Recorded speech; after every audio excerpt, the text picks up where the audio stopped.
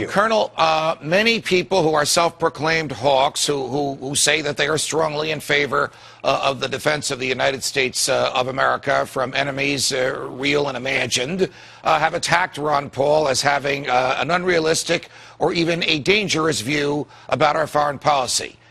You, a career military officer, have defended Ron Paul. Make the case.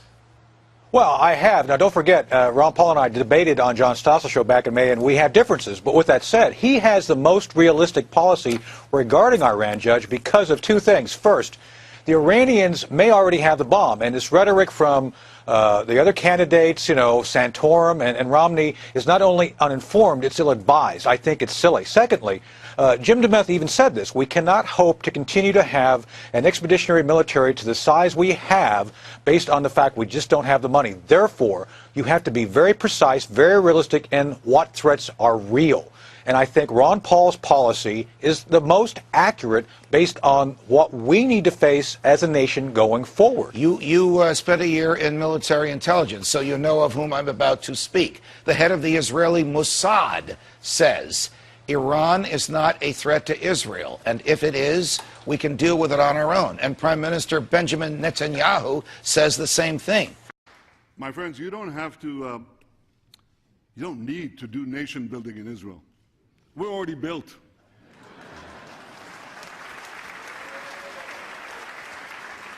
You don't need to export democracy to Israel. We've already got it. And you don't need to send American troops to Israel. We defend ourselves. Why do you think Ron Paul's the only Republican who agrees with them and the other Republicans are disagreeing with them?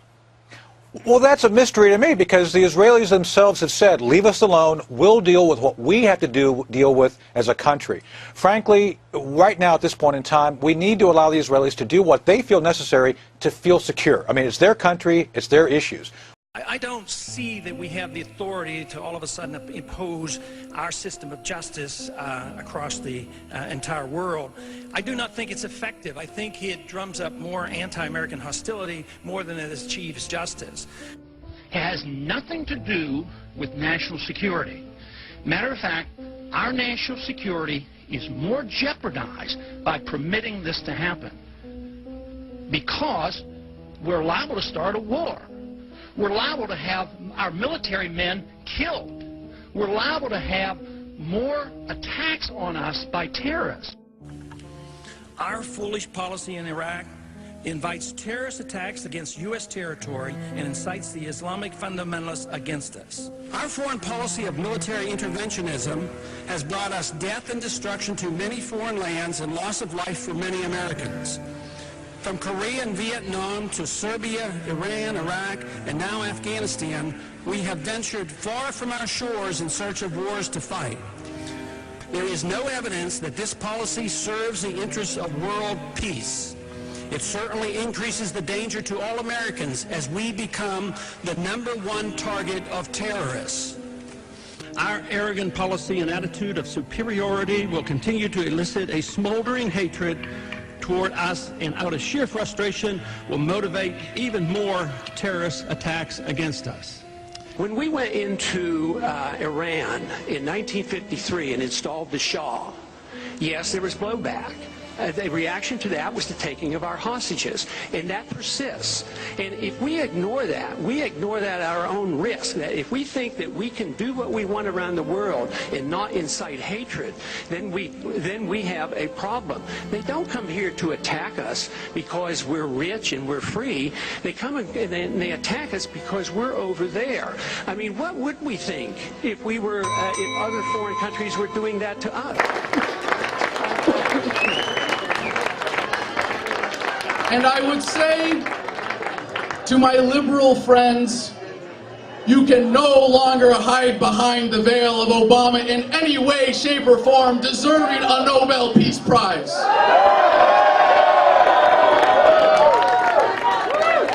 And if you do nothing to oppose him and he is re-elected president, the blood of the next 4 years of his reign will be on your hands. And to the conservatives who refuse to admit the inherent contradiction in saying that big government at home is such a horrible idea, but that somehow having big government with guns and uniforms imposing martial law on countries on the other side of the world is somehow going to make us safer or bring them freedom and democracy. I implore you, I beg of you, listen to the troops! I went downstairs, I was leaving the Pentagon, and an officer from the Joint Staff called me into his office and said, I want you to know, he said, sir, we're going to attack Iraq. And I said, why? He said, we don't know. He said, I said, well, did they tie Saddam to 9/11? He said, no. He said, but I guess they don't know what to do about terrorism, and so they think, but they can attack states, and they want to look strong, and so I guess they think if they take down a state, it will intimidate the terrorists. And you know, it's like that old saying, he said, if the only tool you have is a hammer, then every problem has to be a nail. And then I came back to the Pentagon about 6 weeks later. I saw the same officer. I said, why haven't we attacked Iraq? We still going to attack Iraq? He said, oh, sir. He says, it's worse than that. He said, he pulled up a piece of paper off his desk. He said, I just got this memo from the Secretary of Defense's office that says we're going to attack and destroy the governments in 7 countries in 5 years. We're going to start with Iraq, and then we're going to move to Syria, Lebanon, Libya, Somalia, Sudan, and Iran. I predict U.S. taxpayers will pay to rebuild Palestine, both the West Bank and the Gaza, as well as Afghanistan. U.S. taxpayers paid to bomb these areas, so we will be expected to rebuild them. Peace of sorts will come to the Middle East, but will be short-lived. There will be big promises of more U.S. money and weapons flowing to Israel and to Arab countries allied with the United States. U.S. troops and others will be used to monitor the peace. In time, an oil boycott will be imposed, with oil prices soaring to historic highs. Current Israeli-United States policies will solidify Arab Muslim nations in their effort to avenge the humiliation of the Palestinians. This will include those Muslim nations that in the past have fought against each other. Some of our moderate Arab allies will be overthrown by Islamic fundamentalists. The UN will continue to condemn through resolutions Israeli-U.S. policies in the Middle East, and they will be ignored. Some European countries will clandestinely support the Muslim countries and their anti-Israel pursuits. China, ironically assisted by American aid, much more openly will sell the militant Muslims the weapons they want and will align herself with the Arab nations. The United States, with Tony Blair as head cheerleader, will attack Iraq without proper authority, and a major war, the largest since World War II, will result. Major moves will be made by China, India, Russia, and Pakistan in Central Asia to take advantage of the chaos for the purpose of grabbing land, resources, and strategic advantages sought after for years. The Karzai government will fail, and U.S. military presence will end in Afghanistan. An international dollar crisis will dramatically boost interest rates in the United States.